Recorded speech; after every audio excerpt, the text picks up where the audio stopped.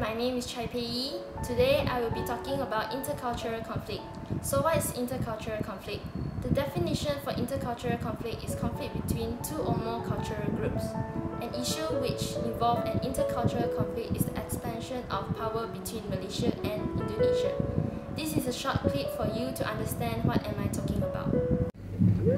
In 1963, Indonesia had many internal problems, both economic and political. In September of that year, Malaysia became a reality. Sukarno, plagued with his internal problems, saw the formation of Malaysia as a part solution to them. It was an expedient move to say Malaysia was a threat to Indonesia, that Malaysia was a plot of British imperialism, and thus unite the nation.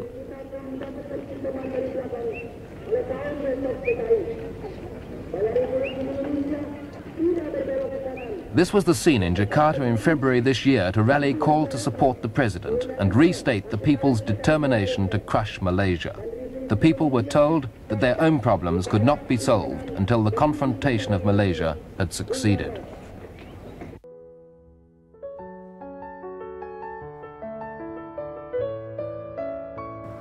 Mediation is when individuals or groups cannot work through conflict on their own. They may get help from the third party.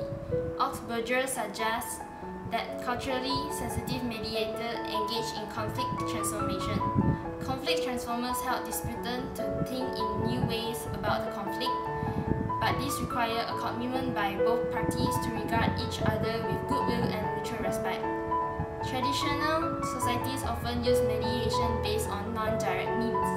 Mediation is advantageous because disputants are actively involved and tend to buy into the resolution.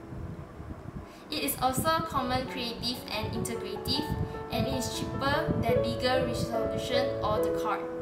For the mediator of Malaysia and Indonesia in ASEAN, Association of Southeast Asian Nations, the aim is to accelerating economic growth, social progress, cultural development among its members, protection of regional peace and stability, and opportunities for members countries to discuss differences peacefully.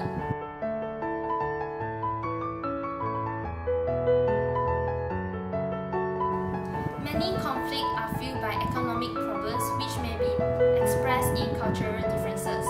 Many people find it easier to explain economic troubles by pointing to cultural differences. Kivel 1996 suggests that blaming immigrants and people of color diverts attention from the decision makers who are responsible for the problem. As economic contexts change, more cultural conflict occurs. Malaysia has featured many famous cultural icons such as batik, the song Rasa Sayang, wayang, gamelan, and angklung instrument, and riok, the dance, as part of Malaysia culture.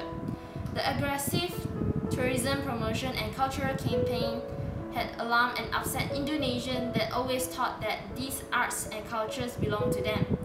As a reaction, many Indonesians felt the need to safeguard their cultural legacies and to the extreme developed the anti-Malaysia sentiment.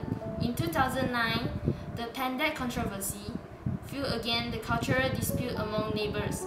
The advertisement promoting the Discovery Channel program Enigmatic Malaysia featured Pandat dancer, which is correctly shown to be a Malaysian dance.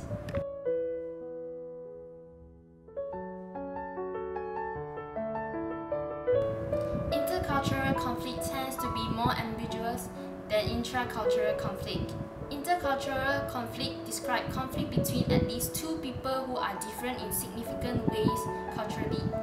For instance, people that had grown in Malaysia are more probably Chinese, Indian or Malay, compared with Indonesian, which most of them are Japanese, and when they had a conflict, that will be intercultural conflict.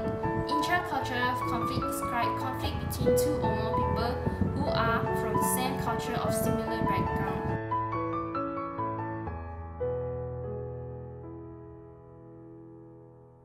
Cultural variation in intercultural conflict resolution may be understood by looking at how cultural values influence conflict management. We will look at two: individualism and collectivism. People from individualist society tend to be more concerned about their own self-esteem during conflict, more direct in their communication, more controlling, confrontational, and solution-oriented conflict styles. People from collectivist society tend to be more concerned with preserving group harmony and with saving the other person's dignity during conflict, so they may use a less direct conversational style.